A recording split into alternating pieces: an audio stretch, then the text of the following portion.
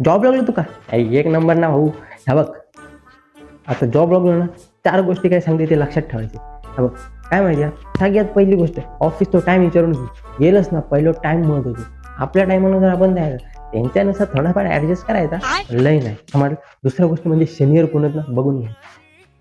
Fresher दिसलं ना का माहिती दाबूक बघतो समजलं. तिसरी गोष्ट, बॉस बरोबर ना टचमध्ये राहायचं. अरे कशा म्हणजे काय लिमिटमध्ये मध्ये कोणाक ठेवायचं ना, नाही तर तुझी चुगली करतील. चौथी गोष्ट म्हणजे सुट्टी, शिमग्याची आणि गणपतीची सुट्टी फिक्सच ठेवायची. बॉसला आधीच सांगून ठेवायचं, बाकी मरेपर्यंत काम करेन, पण शिमग्यात आणि गणपतीत एक दिवस गावाचं नाही समजला.